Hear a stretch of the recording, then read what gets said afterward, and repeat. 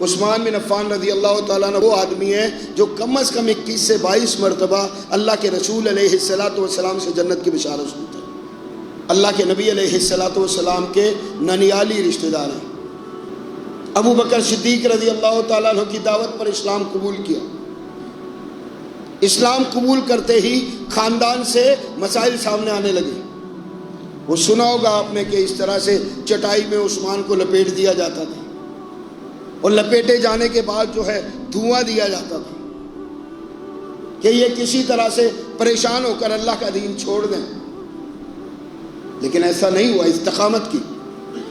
اور پھر ہجرت ایمان کے بعد عظیم ترین جو اعمال ہے ان میں سے ہے۔ عثمان نے ایک نہیں 2 مرتبہ ہجرت کی، ایک بار حبشہ کی طرف اور دوسری بار مدینہ۔ اور کتابوں میں آتا ہے کہ سیدنا ابراہیم علیہ السلام کے بعد اللہ کے دین کے لیے ہجرت کرنے والے جو پہلے لوگ تھے ان میں سے ایک کا نام عثمان تھا رضی اللہ تعالیٰ عنہ۔ اور دوسری ہجرت کہاں کی؟ مدینہ کی جانب، اسلام کے بعد، یعنی اللہ کا دین آ جانے کے بعد۔ وہ پہلا شخص جس سے اللہ کے نبی صلی اللہ علیہ وسلم نے رشتہ قائم کیا اس کا نام عثمان تھا، یعنی پہلی بیٹی جس کے عقد میں دی رقیہ، اس کا نام جو ہے وہ عثمان تھا۔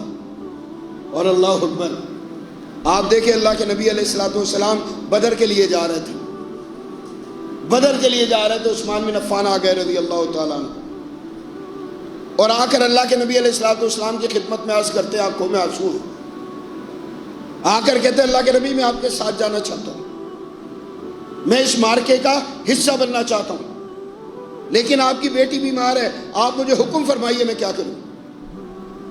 اللہ کے نبی صلی اللہ علیہ وسلم ارشاد فرماتے ہیں عثمان تم چلے جاؤ، گھر چلے جاؤ، تم انشاءاللہ بدر والوں میں سے ہو۔ عثمان بن عفان گھر چلے گئے، اللہ کے نبی علیہ السلام بدر کی طرف چلے گئے۔ اللہ فتح عطا فرماتا ہے، مال غنیمت ہاتھ آیا، اب اس کے حصے کیے جا رہے ہیں، اور حصے وہ جو فاتح صحابہ تھے ان میں برابر برابر بانٹا جائے گا۔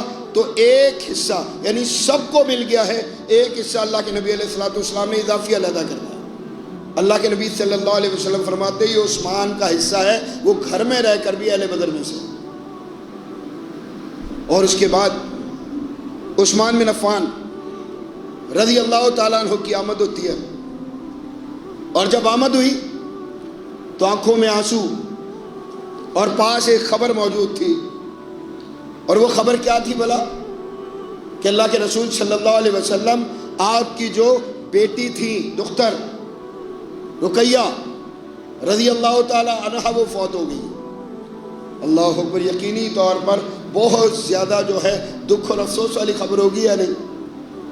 لیکن وہاں بھی اللہ کے نبی علیہ السلام دل جوئی کرتے ہیں، کس کی بھلا؟ عثمان بن عفان کی رضی اللہ تعالیٰ۔ اور ایک کے بعد دوسری بیٹی جس کا نام ام کلثوم ہے، وہ عثمان بن عفان رضی اللہ تعالیٰ عنہ کے عقد میں دینے کا اعلان کرتے ہیں۔ شادی ہو گئی، نکاح ہو گیا، اب اللہ کا کرنا کیا ہے؟ یہ بھی دنیا سے چلی گئی، یہ بھی دنیا سے چلی گئی۔ پھر مغموم، پھر غمزدہ عثمان، اور پھر اللہ کے نبی علیہ السلام کے حضور حاضری۔ 2 بیٹیوں کا دکھ تھوڑا تو نہیں ہوتا، ہاں جی 2 بیٹیوں کا دکھ تھوڑا تو نہیں ہوتا، لیکن وہاں بھی اللہ کے نبی علیہ السلام ڈھارس بندوا رہے کس کی؟ عثمان کی۔ اور فرماتے ہیں یہ 2 بیٹیاں تھیں، اگر 40 ہوتی نا ایک ایک کر کے عثمان کو دے دیتا۔ آج میں دیکھ رہا تھا ایک کتاب، تو اس میں ذکر تھا عثمان بن عفان رضی اللہ تعالیٰ عنہ کے جانوروں کے ریوڑ کا، کہ مدینہ کی جانب عثمان بن عفان رضی اللہ تعالیٰ عنہ کے جانوروں کا ریوڑ آ گیا۔ جب وہ ریوڑ آیا تو لوگ دیکھنے کے لیے نکلے، دیکھنے کے لیے نکلے کہ اتنے جانور آئے، اور جائیں کتابوں کو دیکھیں تو آپ کو پتہ چلے گا یہ مدینہ کے اطراف کا سارا علاقہ جو ہے وہ عثمان کے جانوروں سے بھر گیا تھا۔ بڑا مال دیا تھا اللہ رب العزت نے، بڑا مال دیا تھا نا، لیکن مال کا استعمال کیا تھا؟ کیا استعمال تھا مال کا؟ محمد صلی اللہ علیہ وسلم آپ نے اللہ کا گھر بنایا تھا نا، مسجد. وہ جب مسجد کے پلاٹ کی خریداری کی بات تھی، مسجد کے پلاٹ کی خریداری کی بات تھی نا، لوگوں کو جمع کیا تھا آپ نے، اور جمع کر کے آپ نے بات کی کہ یہ اللہ کا گھر ہے، اس کے لیے جگہ کی ضرورت ہے، تو سارے لوگ حصہ ڈالیں. عثمان کہتے ہیں اللہ کے نبی علیہ الصلوۃ والسلام کسی سے بھی لینے کی ضرورت نہیں ہے، کام عثمان کریں. جنت کی بشارت سنتے اللہ کے نبی سے.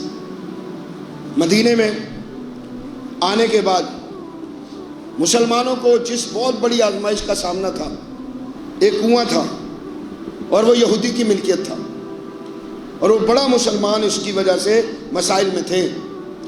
نبی صلی اللہ علیہ وسلم کی کچی مسجد، اس میں آپ علیہ الصلوۃ والسلام نے لوگوں کو جمع کیا اور جمع کر کے کہا کہ مسلمان مسائل میں تو یہ کنواں خریدنا ہے، اور کنواں خرید کر مسلمانوں کے لیے آسانی جو ہے اس کا سبب بننا ہے، تو سب مل کر حصہ ڈالیں. اور پھر آپ علیہ الصلوۃ والسلام فرما رہے ہیں جو حصہ ڈالے گا میں اس کو ضمانت دیتا ہوں کہ میں کل جنت میں حوض کوثر پر کھڑا ہو کر اس کی پیاس بجھاؤں. اب وہاں پر ایک آدمی اٹھا تھا صرف، اس نے کہا اللہ کے نبی کسی سے بھی لینے کی ضرورت نہیں ہے، کسی سے لینے کی ضرورت نہیں ہے، کنواں کون خریدے گا؟ عثمان. عثمان. اللہ اکبر. نبی صلی اللہ علیہ وسلم نے عثمان کو بلایا. جب کنواں خرید لیا تو عثمان کو بلایا اور عثمان کو کہا کہ عثمان آپ جانتے ہیں کہ اللہ کے دین کے ماننے والے غریب ہیں، ان کے مسائل بہت زیادہ، ان کے لیے آسانی پیدا کرو. عثمان بن عفان کہتے ہیں اللہ کے نبی یہ جو کنواں ہے نا، یہ کنواں یہ میں اپنی ملکیت میں نہیں رکھنا چاہتا ہوں، یہ میں وقف کرتا ہوں، آپ کے حوالے کرتا ہوں، مسلمانوں کے لیے وقف ہے. اور اللہ کے نبی نے اعلان کر دیا.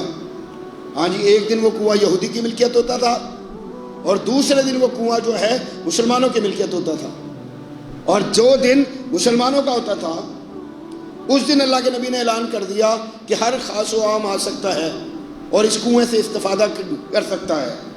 اب وہاں پر مسلم بھی آ رہے ہیں اور غیر مسلم بھی آ رہے ہیں، مسلم بھی آ رہے ہیں اور غیر مسلم بھی آ رہے ہیں، سارے فائدہ اٹھا رہے ہیں. جب یہ منظر بنا تو یہودی آ گیا اللہ کے نبی کے پاس اور آ کر کہتا ہے کہ اللہ کے نبی صلی اللہ علیہ وسلم میں تو بالکل فارغ ہو گیا ہوں، کیونکہ جو دن آپ کا ہوتا ہے اس میں سارے لوگ جو ہے فائدہ اٹھا لیتے ہیں اور دوسرا دن میرا ہوتا ہے، اور مجھ سے کوئی بھی اس کنویں سے کوئی چیز خریدنے کے لیے تیار نہیں ہوتا، تو آپ یہ والا دن بھی یعنی آدھا بھی لے لیں.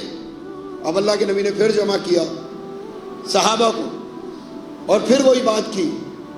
پھر وہی شخص اٹھتا ہے اور وہی شخص اٹھ کر کہتا ہے اللہ کے نبی آپ کسی سے کچھ بھی نہ لیں، یہ کنویں کی جو رقم ہے یہ عثمان ادا کریں. اللہ اکبر. یاد رکھیں، یاد کریں جیش اسرت. آج ہم حالت اظہار بیان کرتے ہیں اپنے ملک کی، اپنے وطن کی. ہاں جی، ہم حالت اظہار بیان کرتے ہیں امت مسلمہ کی، لیکن ہم میں سے قربانی پر کون آمادہ ہے؟ ہم میں سے اپنے حصے کا کردار ادا کرنے پر کون آمادہ ہے؟ وہ جیش اسرت آپ نے سنا ہوگا جس کو کہتے ہیں غزوہ تبوک.